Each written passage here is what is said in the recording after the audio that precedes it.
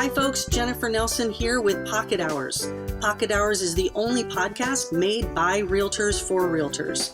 Come listen as I interview high-producing brokers to hear their best practices. And don't forget that while you are listening, you are also earning clock hour credit. Tune in every other week to hear from someone new, and please remember to tell your broker friends about Pocket Hours so more folks can elevate their business. Be the agent you would hire. Looking forward to having you listen in.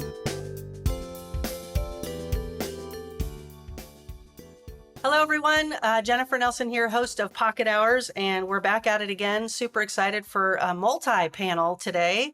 We have Henry Shim, Robin Sheridan, and Javilla Creer on the call today. Hello, everyone. So glad you're here. We're going to be talking about commission objections today. Ooh, everybody just cringed a little bit, but we're going to talk about some of the history around this, the changes coming up for 2024. And then I want you to hear some perspective on how people are implementing, not implementing, what they've done in the past, what they're going to do going forward to give you some good things to think about as you progress in your own business. So without further ado, we're going to get started. First of all, hello, everyone. Glad you're here. Hi. Thanks. Hi. Hello. Good. Okay, a little bit of history. Everybody knows this by now, hopefully, if you've been in this even for a couple years. October 1st, 2019, we had our first change to the Selling Office Commission. We'll be referring to that as the SOC, where it made formalized in an RCW to say, hey, buyers need more transparency about what you, buyer broker, are getting paid. Didn't they change it to Buyers Brokers Commission? Buyers Brokers Commission. Yeah. Okay. Yeah. Instead of SOC. No more SOC. Yeah. No more SOC. That's right. And in the past, right, you have a listing agreement with the seller. The seller says, we'll pay X number percentage. This percent goes here. This percent goes there. And the buyer really was unaware. Just, hey, buyer's helping me buy this house. Great. The seller's paying their commission. We're going to do that in big quotes because at the end of the day, the buyer's really paying the commission, right? We're all going to follow that through. It's the buyer's money going to the seller that's then going back to the buyer's agent. Anyway, until October 1st. And then they said, nope, there needs to be more transparency. So now you can see anywhere you're searching for a home, what the buyer broker commission is now going to get paid. So that's the first change, right? So before we go any further from that, what have you all seen in your own business in terms of how did that change, or did it change anything you were doing with your clients? I love it. I love the visibility for buyers to be able to see it. And I've found that it invites really interesting conversations. And I've found that my sellers, now that it's being published, my sellers are really aware of like the impact that buyers have looking at it. Like if they're going to do an unusual commission one way or the other, then they become all tuned into like, oh, the buyer actually gets affected by this. It's not just a broker being incentivized or decentivized. It's actually the buyer going, well, that's a weird thing the seller is doing. What else are they doing that's weird? So to me, it's almost made the sellers more interested in having it be something that just is sort of a normal amount. And whatever normal is different per market, but they want to be in line with what other people are doing. Did you see any shift, Henry or Robin, in your business from that change in 2019? I didn't see any shift. Every time there's a big change like this, and this was a significant change, right? Probably one of the most we've seen in some time. We always kind of get all riled up, and we think it's going to be this huge deal, and we have all these panels, discussions about it, and group threads, and all this stuff, and then it turns out to be something that really doesn't have the impact that we think it's going to have.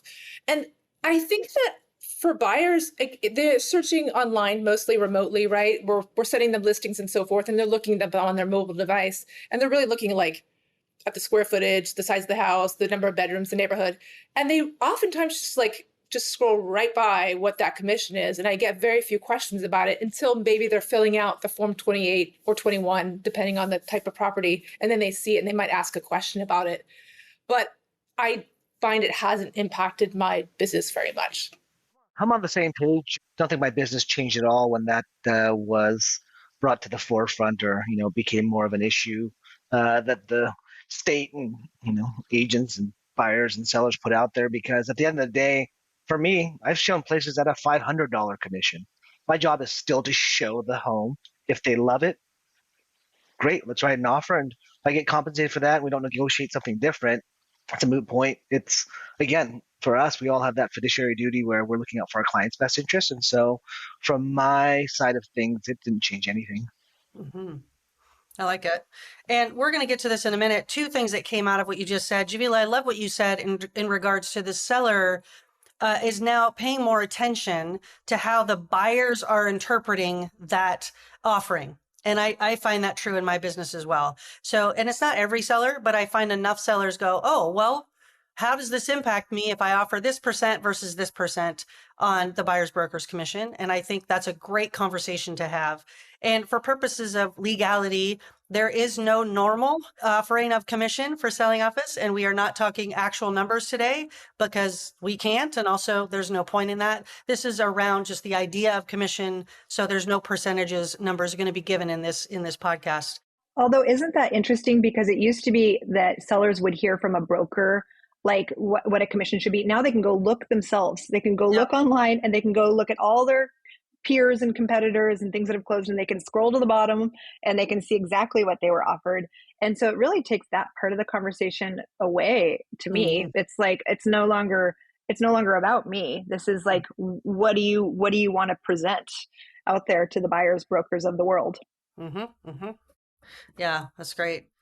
So moving forward, and we're going to first step into this whole buyer's broker agreement. So in the past, when you went to sell someone's house, you would have a listing agreement that the seller would sign with your brokerage, and you would be appointed as the listing agent, right? So the agreement is with the brokerage, you're the assigned broker. In buyer's side, there was no such document. You could have a buyer's agency agreement if you chose to use it, but for the most part, and I think this is true, and I'll ask you all if you agree, many brokers do not operate with a buyer broker agreement in place.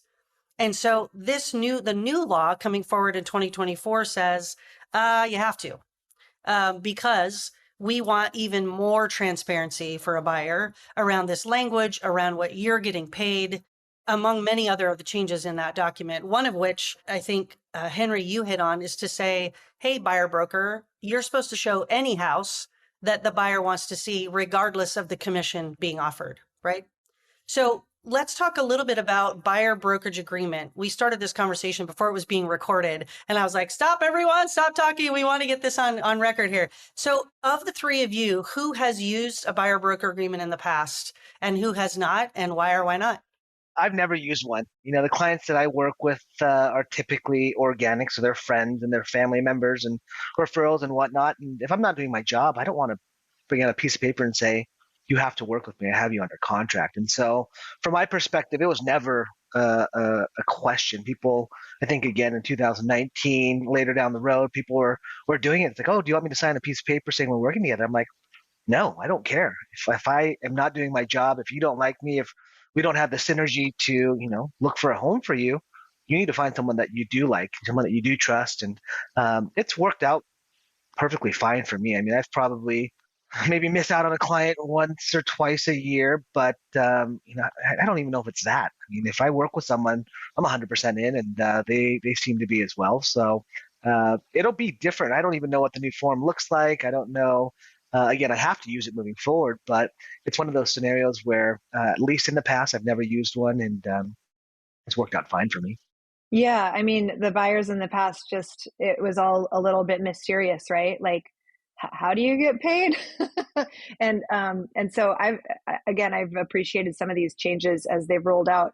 When I first heard that we were going to have signed agreements with all my buyers, my first reaction was, well, that's ridiculous. And then I started to kind of try it on, and I was like, well, is it ridiculous? I actually like the idea of presenting to them the package of services that I intend to offer, and in return getting sort of a commitment from them that they intend to proceed with me on that, right? Mm-hmm. It takes away a lot of that gray area. And if you have a client who doesn't want to sign one, well, that's really telling, right?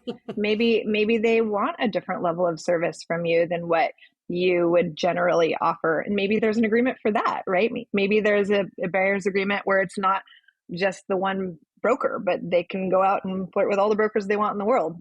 I've thought a lot about when I'm going to introduce it. And it's not yet. So far, what I've been doing with my buyer clients is I'm introducing the concept that we're going to be having this written agreement in the future. And so far, my clients really seem to appreciate the conversation. And then they start asking, like, well, how do you get paid? Do I pay you? And I'm like, well, not yet, although I think that may be where this is going in the future. It's healthy. And I also think that some of the things that I just took as a for granted, like, if things aren't working out, we'll have a conversation and then move on. Now it's a little bit more formalized. So, if things aren't working out, you actually are going to have to send me an email. You can't just ghost me. Because if you ghost me, then this could follow you down the road to, I don't know. I actually don't know. We should all read the form. What is the leverage? I like this. This will follow you to a scary land. We don't know where yet. Yes. We don't know where. I mean, it's funny when you really take it all the way there. Like, what if we were a financial institution and we were doing something like this? The buyer or the client would automatically like deposit some money, right? So should we start depositing the amount of commission we think we're going to earn into an escrow account so that it's sitting there for when they buy? And if they don't buy with us, we collect it. Like it is your brain kind of goes down these funny channels with it.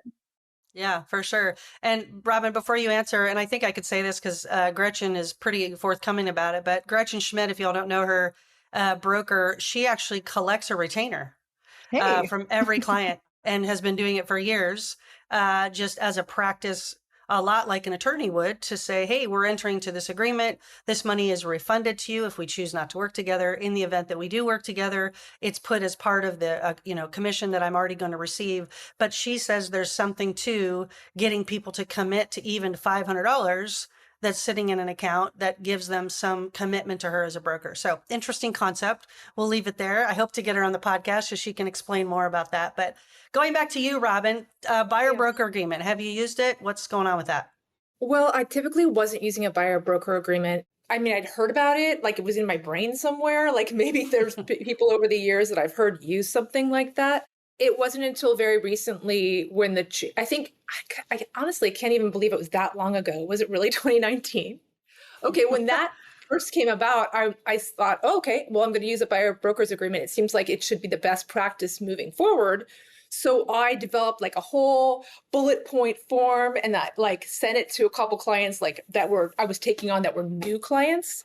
I didn't address it with the people that were already in the mix, but I sent them the form and I kind of talked them through it. And I was really feeling confident about having this new ritual because frankly, I kind of like rituals. And when you meet a person, it just gives you a nice framework in which to chat about the process and really being turned from what I would say like a casual looker to a bona fide client. And I sort of liked that. But, things got busy and I frankly stopped doing it. Okay. Because yeah, fair enough. It takes 40 days to make a habit. Maybe it takes 40 clients to make a habit. I don't know, but that did not get instilled in me as a habit. It didn't stick. I love it. Well, I have been, just for whatever it's worth, I do buyer's agency, now buyer's broker agreement every single time and have for 15 years. And some of the reasons I use it is because as I'm sitting down with a client to do a buyer consultation, I say, by the way, I'm pretty old school. I'm not much into polyamory.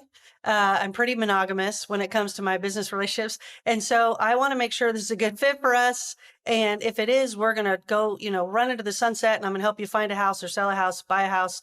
But if it's not, you can get out of it at any time. But I just require a written or at least a call so that I can learn from it. But to Javilla's point earlier, what I think this is helping provide is some framework to talk about the services that we do offer a buyer. So there isn't hey, can you just open a door for us? And if we happen to like this house and you happen to be the buyer broker standing there when we both view that house, we'll use you. There's a little bit more, teeth, whatever it is, in that relationship to say, oh, no, this is our realtor. And for us to say, these are our buyers, right? There's a distinguishing part of that. Let's talk a little bit. Also, in the new changes, they're changing the language from dual agency to limited dual agency, which I think is also a great change in language, with the idea that the buyer and seller, that if you're practicing dual agency on one of your listings and representing a buyer, are more aware of how limited your representation is for both. So I guess my first question to all of you is, do you practice dual agency? And then what do you think of this language change in addition to the forms that they've added it to? I have on occasion done dual agency, and I generally don't. I generally, if I'm going to help someone buy a home and I already represent one of the parties, buy or sell a home, I will generally have them be unrepresented or self-represented, and then I'll represent one of them. But so every once in a while, there's a reason that I feel it's appropriate to be both brokers. And I think that the way that they're redefining it, to me, isn't that different from how they did before, but I appreciate it. I think they're right. I think that you become more of a guiding rod, and you can give each one kind of their set of options that they have. But I don't think you can really give fair advice to both parties. And very rarely is it truly like the same advice for each person that makes them all the win-win, right? Mm-hmm. So Okay. I think it's nicely defined. And also it should make anyone think twice about being dual agent. Like really very rarely is that the best path forward. Mm-hmm. Great.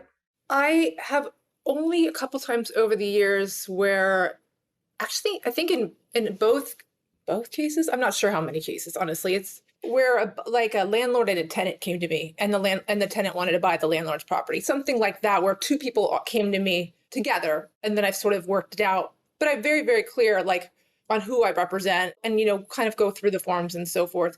I have a legal background, so it's really hard for me to think that it's right to represent both sides of a transaction.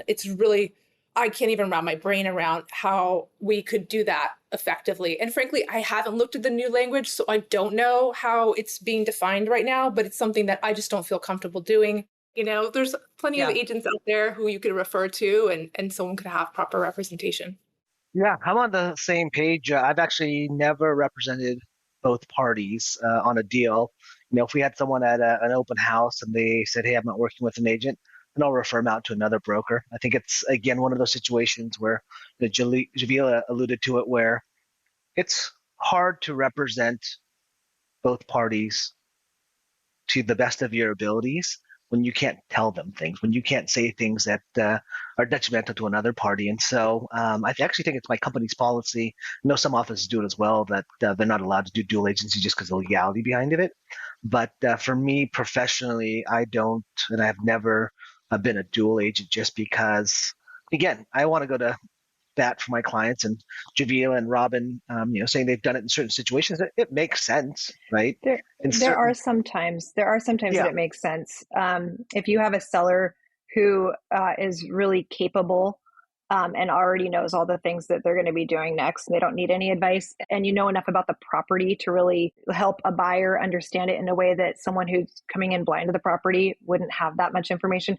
I do think there are occasions when it makes sense. And if appropriate, getting one of them to be self-represented is better. Yeah. But sometimes that's not in their comfort zone, and you really are the right person to help them navigate that specific instance.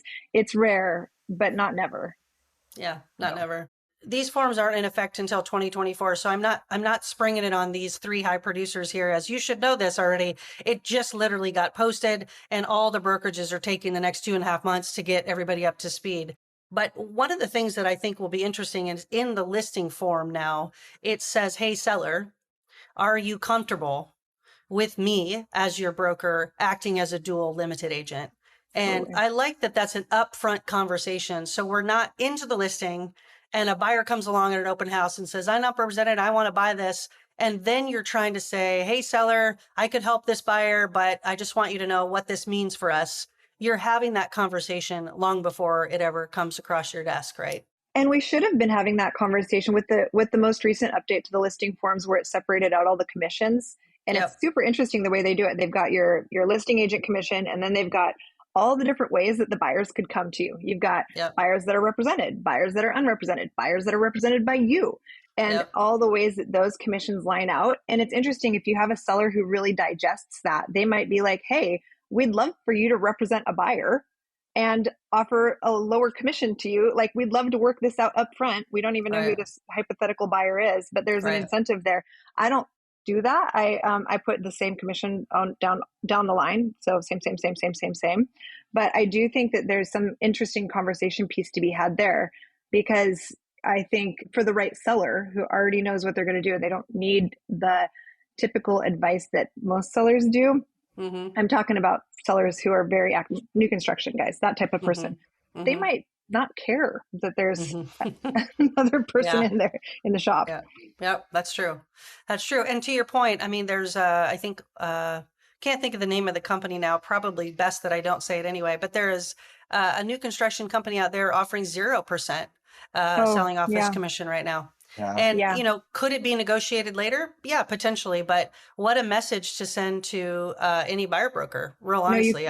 you actually can't with that. They've changed it now because the tide has turned and they need buyers brokers again.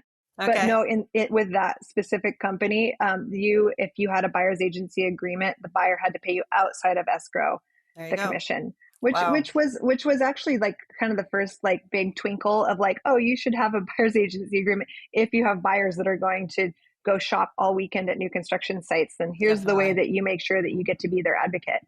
Yep, absolutely. And so I want to head back. Henry, you said a few minutes ago that, you might be showing a house that's offering $500 selling office commission. You might show one that's 3%, 2%, all over the map. So each of you, if you feel comfortable answering this, do you have, and I don't want the number, but do you have a minimum commission that you say, hey, I'm worth this amount of money. This is what I work for. So if we find a house that's offering less than that, we're going to need to work that out, buyer. Or do you not? Do you kind of roll with that as it comes in? I don't know if I've had that conversation in the last 20 years. It's one of those things where it's always been aware to us what commissions are, whether it's a percentage, a flat fee, a tiered system, if it's a new construction or whatever it may be. But I think I'm worth whatever the commission is and more. Honestly, it's one of those things where I've earned what I make because I look out and I'm an advocate for my client, just like everyone else is here. But at the same time, I wouldn't be doing my job and I couldn't be saying these things if I still didn't show them and say, this is a great house. We need to jump at it, even if it's a terrible commission. Does it suck for me? Sure.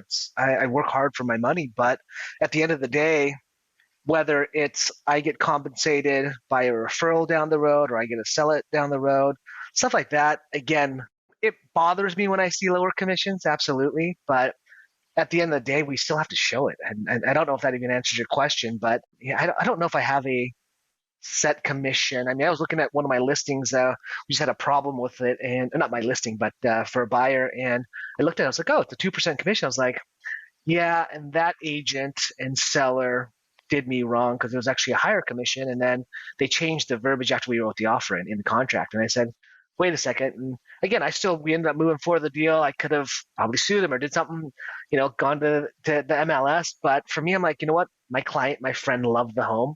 Why am I going to let, Javilla looks What? I So know, I'm confused. are you saying you were in contract and while you were in contract, they changed the commission amount? yeah. I think I You still have can't the PDF do with the list.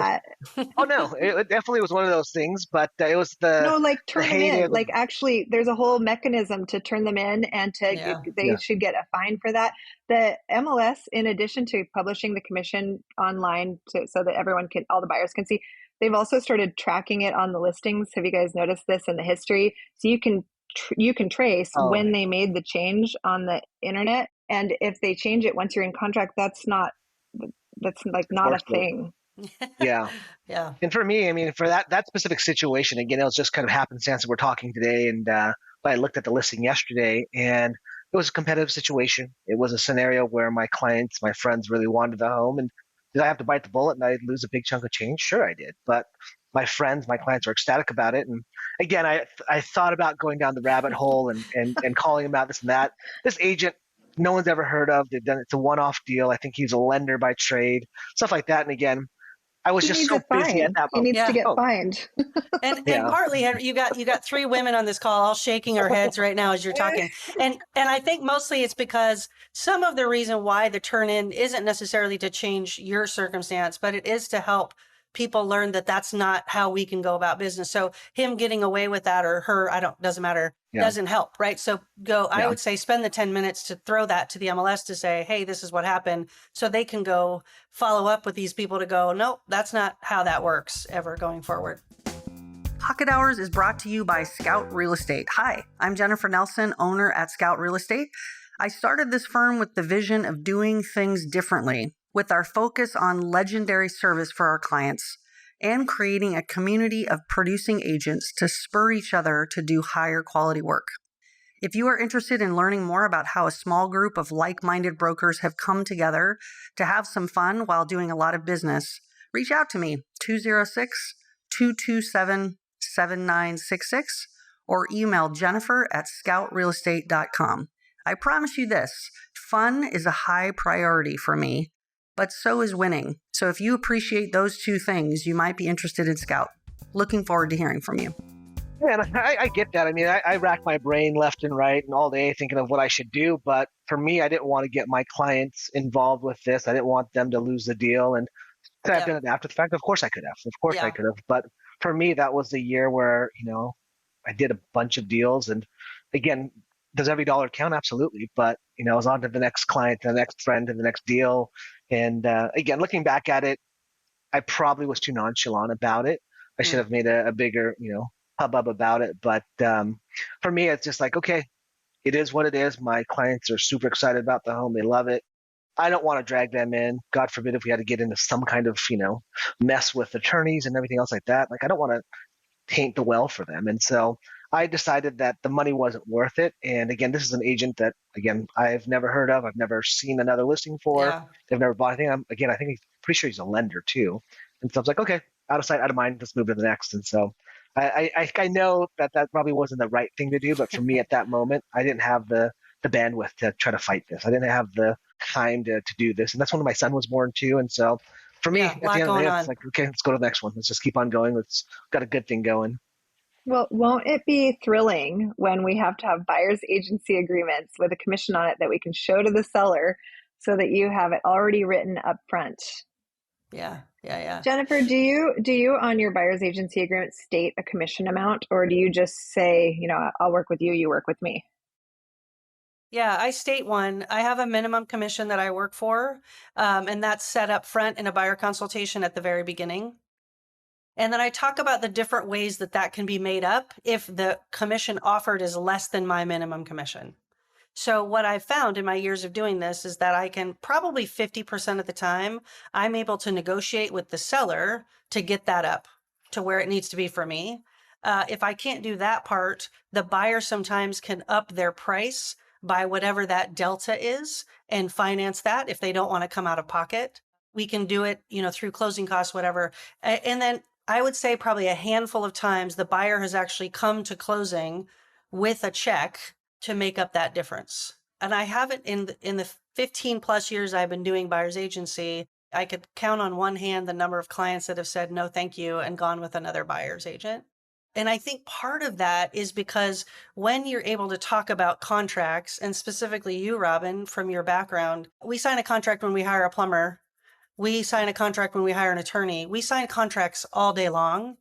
And in our high-tech world, especially, people are very familiar in our city with contracts. And so coming forward at the very beginning to say, absolutely love to work for you. Here's what I bring to the table, 20 years experience. Here's what you're going to get from me that you're not going to get from other brokers. And here's what I charge for that. And most of the time that's covered by the seller. But if it's not, this is your difference.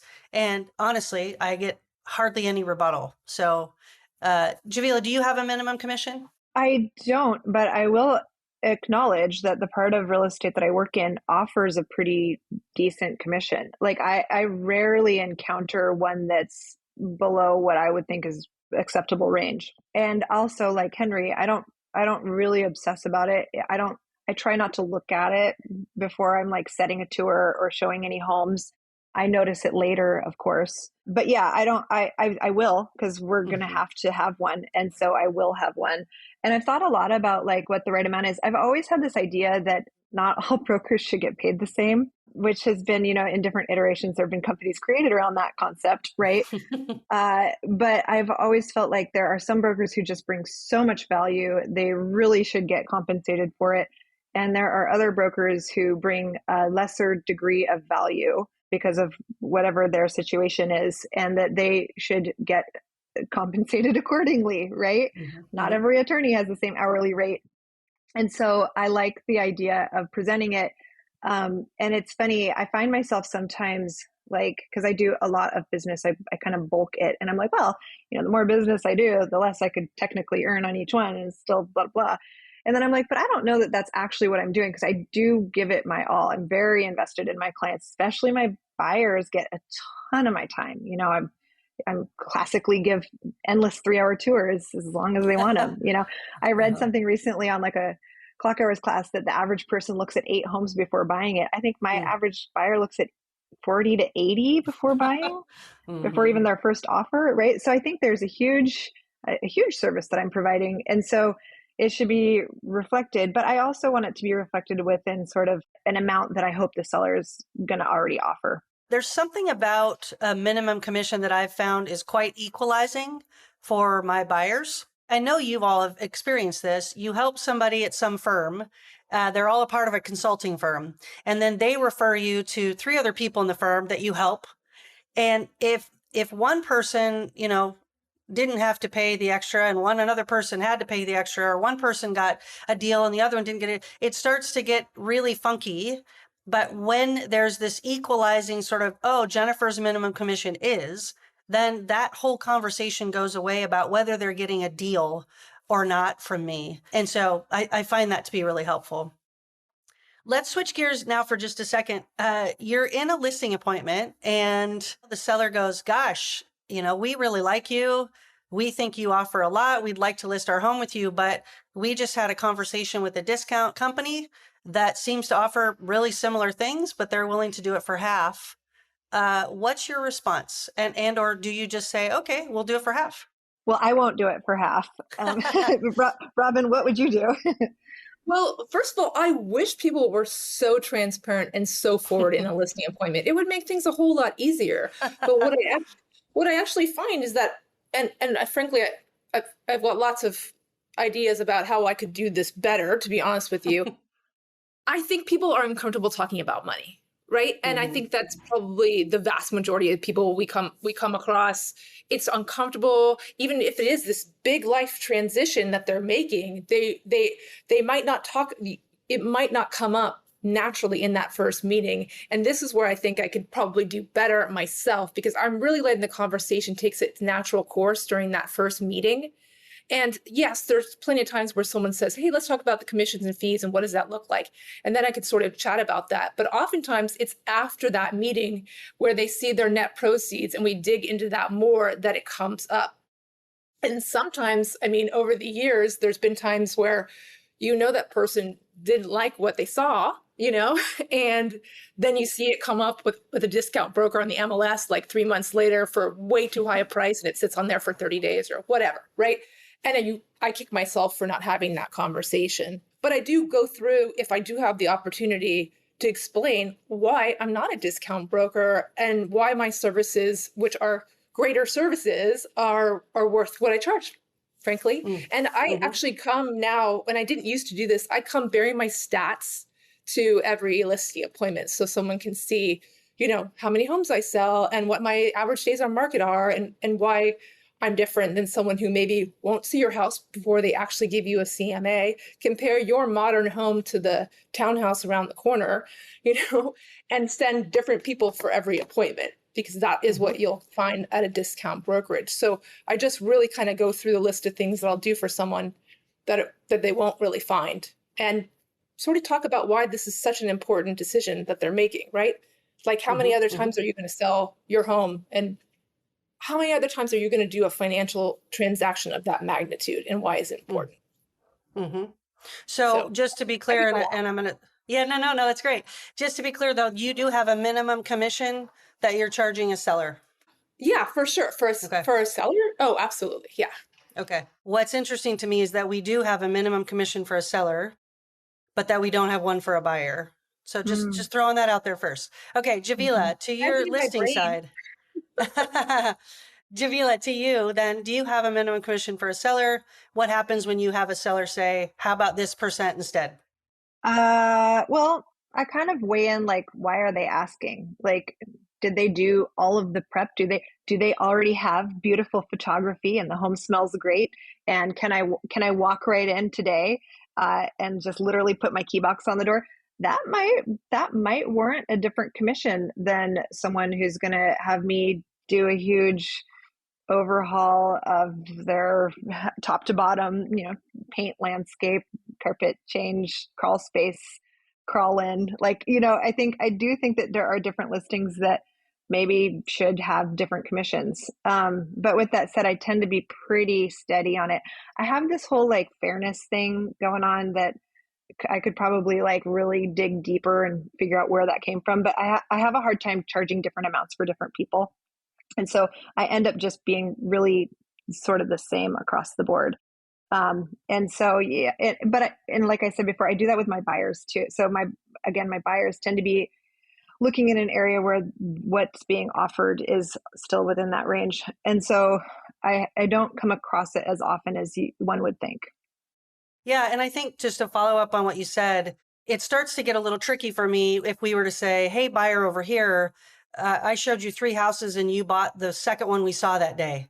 And so here's my commission. Over here, buyer, I showed you 200 houses and it took you 2 years to purchase. So here's my commission here. So when it starts to become relevant to what the process is and how long it takes, that starts to get trickier to me to define what I'm worth. And because it took you longer, I should get paid more. No, that doesn't seem right either, right? So same with a seller, it's sort of to say, hey, is the process that I'm doing to get your home ready for market the same and my negotiation the same? Then here's my fee. And if you happen to have a nicer home that you've already done some of the work to get it ready, bravo, that's just going to help you sell faster. But my process is the same every time, right? Mm-hmm. I might do more project management for one than another, but at the end of the day, this is what I offer as a listing agent. Henry, to you, got a seller saying, no, thank you. That price is too high. Will you negotiate down? No. I think, I get what Javilla is saying. I get, I'm on board with you, Jennifer and Robin, where for me, it doesn't matter the price point. I have stuff right now listed that is in the 3 range, and I've listed stuff this year, 1, 2 plus range.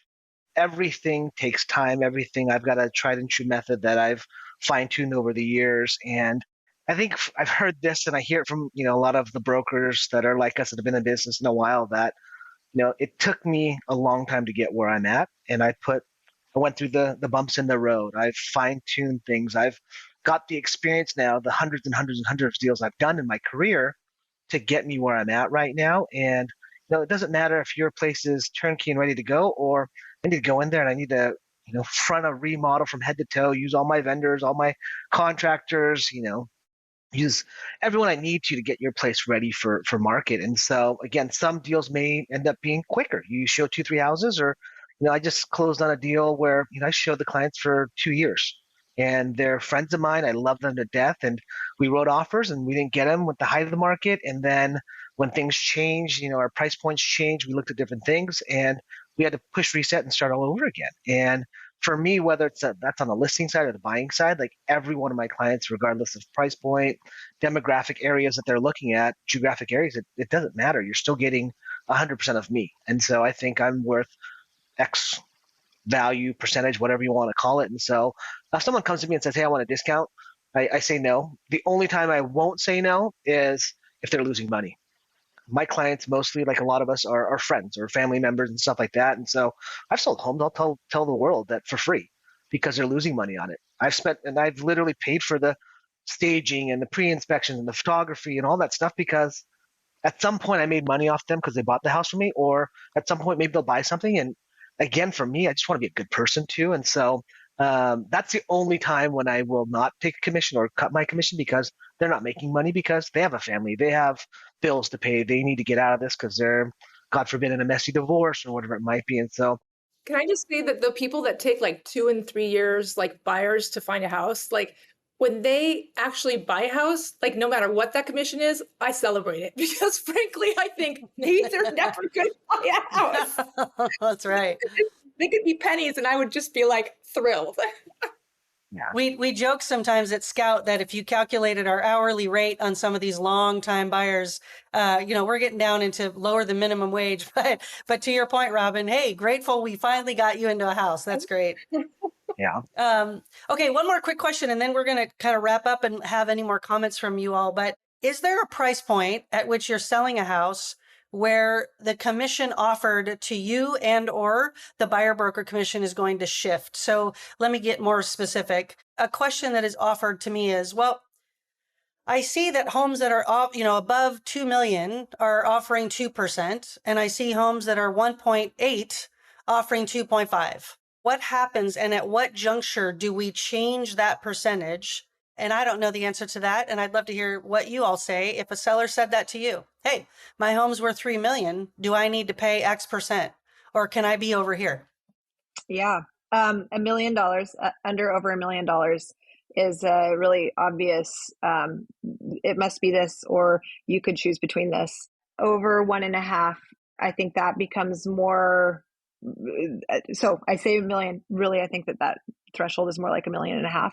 And then over 3 million, there's another kind of moment where maybe you decide between this or this. And maybe you all have watched this too, but that has shifted as our average price point has changed, right? Yeah. Right? 10 years ago, that wasn't the case. That wasn't the case. Yeah. There's still reasons to offer if you've got a range, to offer on the high end of the range in a higher price point. Like there are still reasons why sellers choose to do that.